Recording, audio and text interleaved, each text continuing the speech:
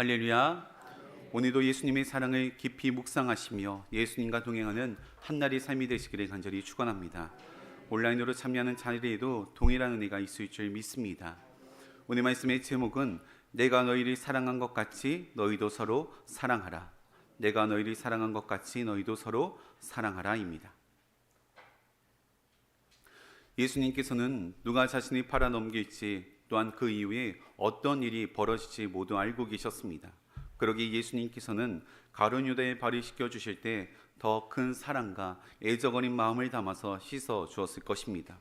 왜냐하면 예수님의 모습을 통해 가룟 유다의 마음이 돌아서기를, 또한 자신의 잘못을 뉘우치고 예수님께 다시 돌아오기를 원하셨기 때문입니다.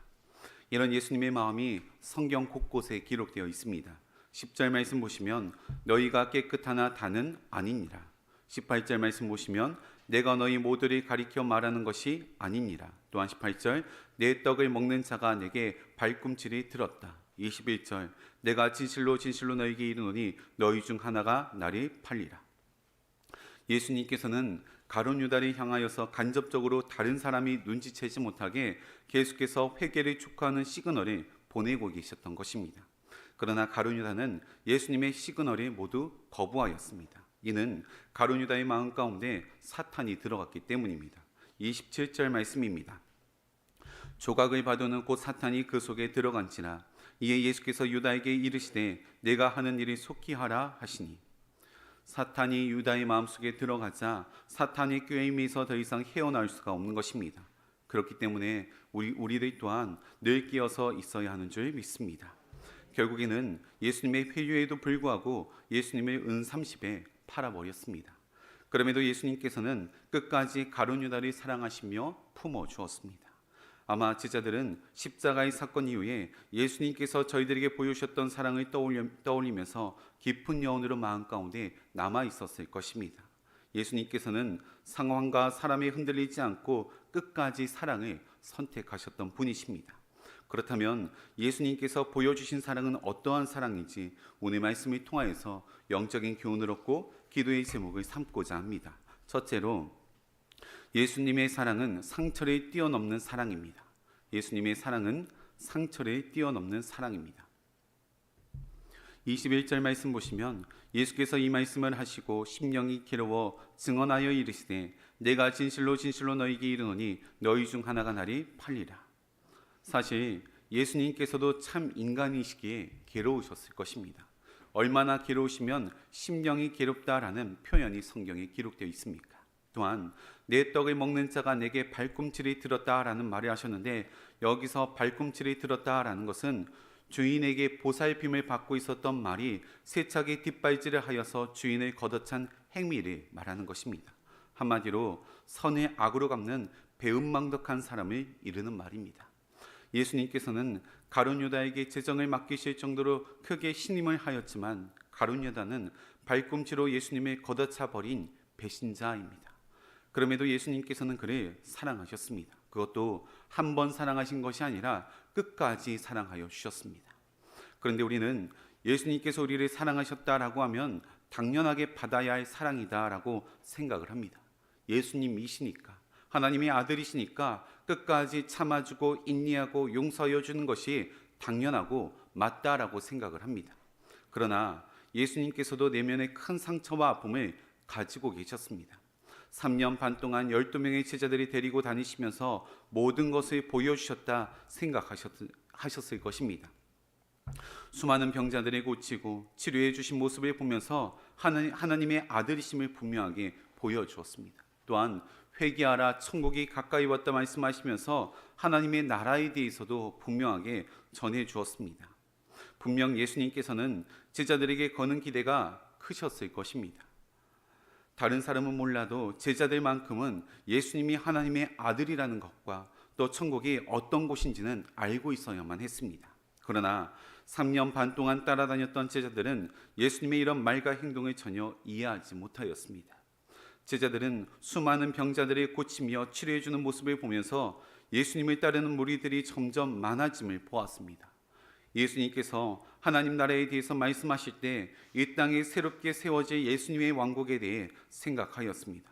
제자들은 그곳에서 높은 자리를 차지하기 위해서 서로 싸우기에 급급하였던 것입니다. 오랜 시간 함께했지만 전혀 다른 꿈을 꾸고 있었습니다. 이는 예수님과 제자들의 동상이몽입니다. 그럼에도 예수님께서는 끝까지 그들을 사랑하여 주셨습니다. 특별히 자신을 팔 것을 알고 있었던 가룟 유다에게 발을 씻어 주시며 떡까지 떼어 주시며 마지막까지 사랑을 표현하여 주었습니다. 이런 사랑이야말로 상처를 뛰어넘는 사랑인 것입니다. 사랑하는 성도님들, 예수님께서는 제자들뿐만 아니라 우리들에게도 이런 사랑을 베풀어 주고 계십니다.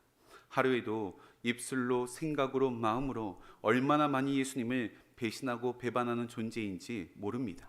또한 교회에 나와 있다고 해도 예수님과 전혀 다른 생각을 하고 있는 동상이몽의 때가 얼마나 많은지 모릅니다. 만일 예수님께 지었던 죄를 우리가 다 기억하고 있다면 예수님 앞에 나아가는 것조차 부끄러운 존재가 저희들일 것입니다. 그럼에도 예수님께서는 모든 상처를 뛰어넘어 우리를 용서하여 주시며 사랑하여 주십니다. 우리는 또한 나는 이런 사랑을 받고 있는 존재들입니다. 우리는 예수님께 내면의 상처까지도 뛰어넘는 엄청난 사랑을 받고 있다는 사실을 기억하시고 그 사랑에 조금이라도 보답하는 삶을 살아가시는 저와 여러분 되시기를 간절히 축원합니다. 두 번째로는 예수님의 사랑은 두려움을 뛰어넘는 사랑입니다. 예수님의 사랑은 두려움을 뛰어넘는 사랑입니다. 34절 말씀 보시면 새 계명을 너희에게 주노니 서로 사랑하라. 내가 너희를 사랑한 것 같이 너희도 서로 사랑하라. 예수님께서는 제자들에게 새 계명을 주셨습니다. 서로 사랑하라 말씀하십니다. 그런데 서로 사랑하라 라는 말은 그렇게 새로운 계명이 아닙니다. 왜냐하면 구약 성경에도 내 이웃을 사랑하라 라는 계명은 여러 차례 반복하여서 기록되어져 있기 때문입니다. 그럼에도 새 계명이라 말씀하신 이유는 예수님께서 율법을 폐지하러 이 땅에 오신 것이 아니라 율법을 완성하기 위하여서 이 땅 가운데 오신 것입니다. 다시 말해 구약에서 말하는 옛 계명은 사랑의 기준이 자기 자신이며 이는 지극히 조건적이고 제한적인 사랑이었습니다. 그러나 예수님께서 말씀하신 새 계명은 사랑의 기준이 예수님 본인 자신이시며 이는 모든 것을 뛰어넘는 희생적인 사랑을 말하는 것입니다. 예수님께서도 십자가를 지는 것이 무섭고 두려우셨습니다. 누가복음 22장 44절 말씀에 이렇게 기록하고 있습니다. 예수께서 힘쓰고 애써 더욱 간절히 기도하시니 땀이 땅에 떨어지는 핏방울 같이 되더라. 이 기도는 예수님께서 겟세마네 동산에서 십자가의 고난과 죽음을 앞두고 올려드린 기도입니다. 하나님, 할 수만 있다면 이 잔이 내게서 지나가게 하여 주시옵소서. 예수님께서 십자가가 얼마나 무섭고 두려웠으면 땀이 핏방울이 될 정도로 온 힘을 다해 기도를 하고 계셨던 것입니다. 그러나 단순히 육체적인 고통 때문만은 아닙니다.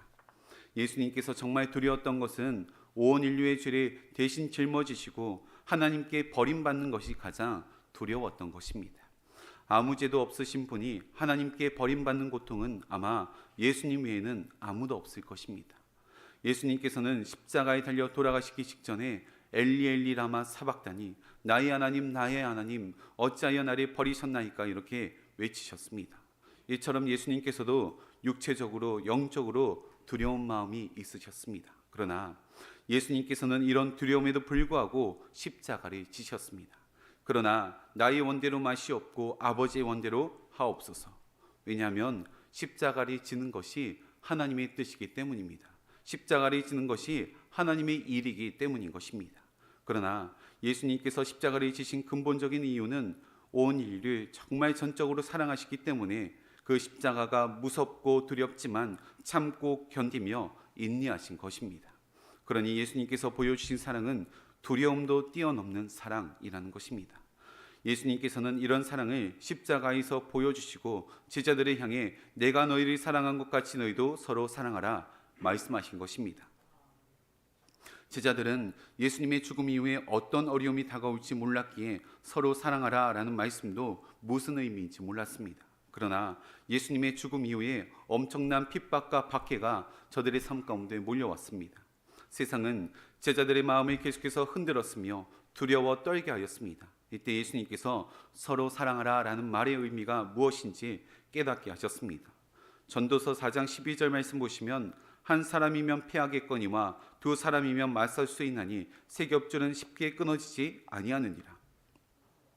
예수님께서는 제자들에게 단순히 인간적인 기준을 가지고 서로 사랑하라 말씀하신 것이 아니라 십자가에서 보여주신 희생적인 사랑을 가지고 서로 사랑하라 말씀하셨던 것입니다.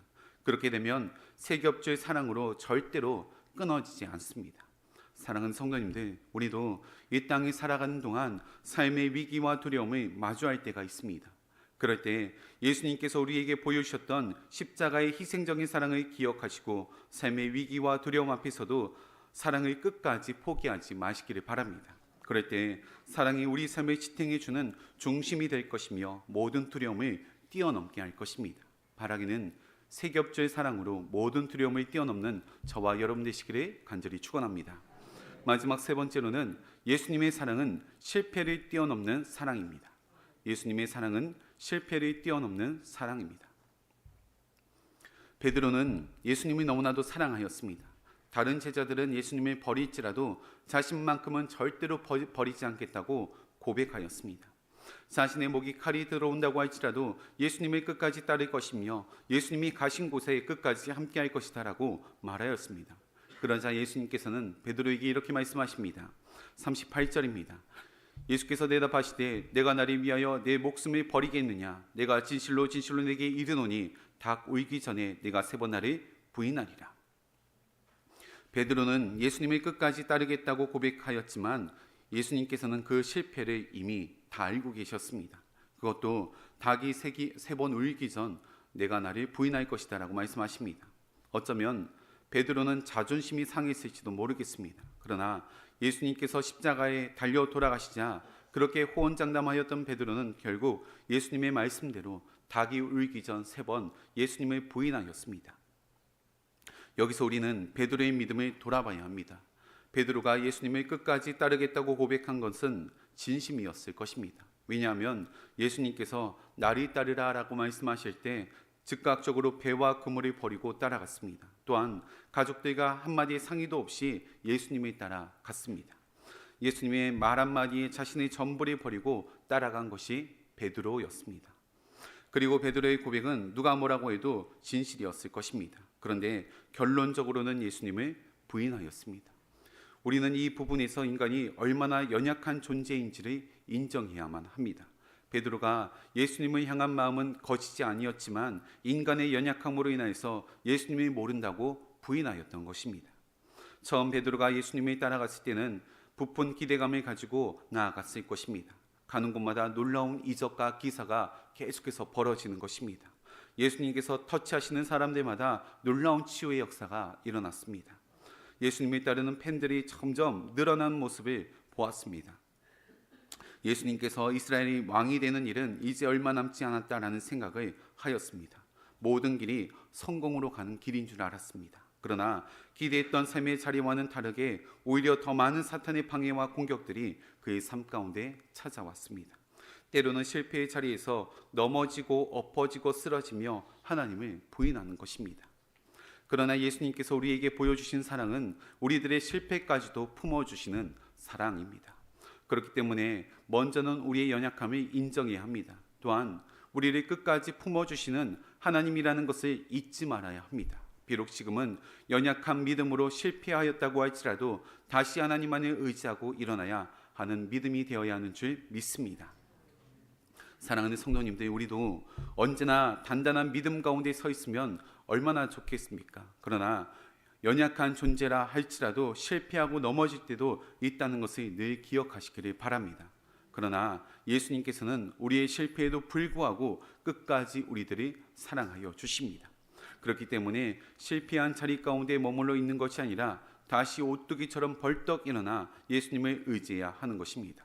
베드로도 닭이 울 때 밖에 나가 한참을 후회하며 눈물을 흘렸을 것입니다. 그러나 그 이후에는 비가 온 뒤에 땅이 더욱더 단단해지듯이 굳건한 믿음 가운데 예수님의 제자로서 빛과 소금의 역할들을 감당해 나갔습니다. 바라기는 우리의 연약함으로 믿음이 무너져 실패할 수도 있지만 우리의 실패까지도 품어주시는 하나님이라는 사실을 깨달으시고 다시 일어나 예수님 한 분만 더욱더 의지하며 나아가시는 저와 여러분 되시기를 간절히 축원합니다. 기도하시겠습니다.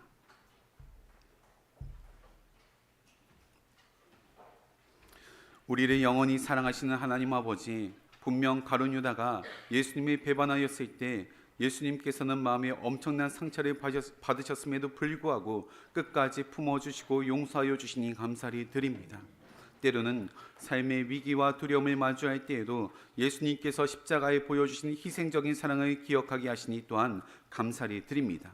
우리의 연약함으로 실패한 믿음일 때에도 끝까지 저희들을 사랑하여 주시고 품어주신 사랑에 감사를 드립니다. 예수님께서 보여주신 전인적인 사랑을 기억하게 하시며 그 사랑에 보답하는 삶 살아갈 수 있도록 인도하여 주시옵소서. 이 시간 하나님 앞에 귀한 마음을 담아 두렵돈을 올려드립니다. 이 예물이 담긴 기도의 제목과 간절히 부르시는 눈물의 기도소리에 응답하여 주시며 하나님 나라를 위하여서 귀하게 쓰임받는 도구 되게 하여 주시옵소서. 우리를 사랑하시는 예수 그리스도의 이름으로 기도하옵나이다. 아멘. 이 시간 함께